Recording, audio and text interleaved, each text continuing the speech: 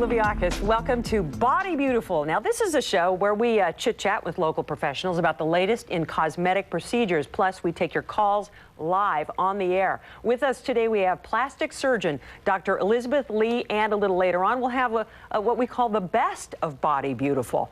But right now, we are taking your calls, answering any questions you might have about plastic surgery, specifically non-surgical treatments. The liquid facelift, I'm going to tease you with that one. We'll talk about that. The phone number to call, 800-440-4884. We'll also be posting the phone number to the guest office, so be ready to jot that down. And before we get started, any advice we give you today, obviously you're going to also want a second opinion, consult your own physician. You always recommend that, right? Absolutely. Dr. Lee, there are people that want to look good, but they come in and they say, hey, look, I am not ready for the knife. What do you tell them?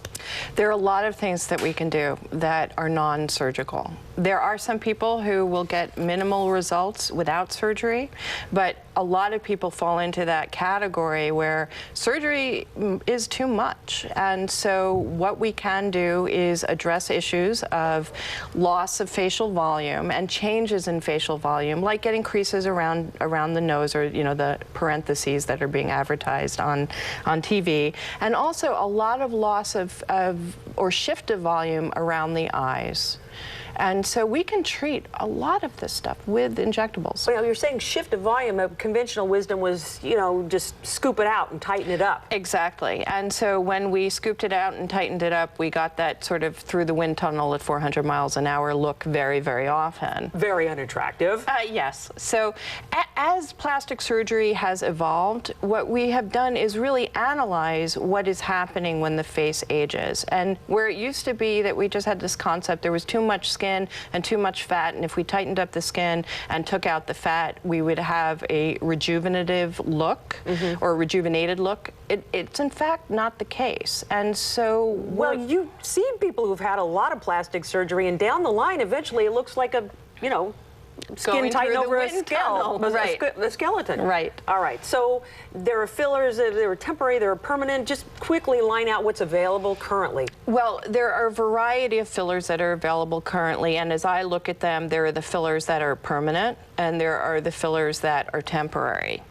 And the fillers that I am using in the office take one of two forms. They're either hyaluronic acid products, hyaluronic acid being a gel that occurs naturally in your body. Okay, so this is not a it's not a foreign body. Okay, it used to be that they were injecting the collagen, the bovine, and some people were allergic to it, but you don't have that problem. Right. Now, in every study, there are some incidences, very, very small, of what they will call allergic reactions. And certainly, anytime you are injected, you are having a needle put through your skin, you can get a bruise, you will have swelling, you can have some minor asymmetry, but there really is an extremely low incidence of anything that's been reported as an allergic reaction. Well, basically, you can walk in on your lunch break, have a little squirt, and basically walk out and look like you've just been on vacation. Well, it may take a little while for the swelling to go down, but but yes, you don't have the recovery of surgery. So Fridays are busy. I'm going to put you on the spot. Yes, ma'am. You have red lipstick on, so you're calling attention. Have you had any injections? I do my own lips. You do your own lips? Yes, I do. Okay, can we get a tight shot on those? Those are actually fantastic. Thank you. And may I ask, well, I'm really putting you on the spot. That's okay. What do you do? What do I do? I put hyaluronic acid in my lips. I use either Restylane or Juvederm. They're two types of products, and I'm not quite so brave as to do it without any anesthesia. I was going to say, my dentist, when I go for my cleanings, my dentist numbs me up, and then usually his staff watches me with a combination of awe and horror, and I don't mean to let out your secret, because that is also part of it too, especially in Northern California. We don't like to parade around the fact that we've had a little this or a little that, as opposed to, say, maybe LA. Exactly, I agree.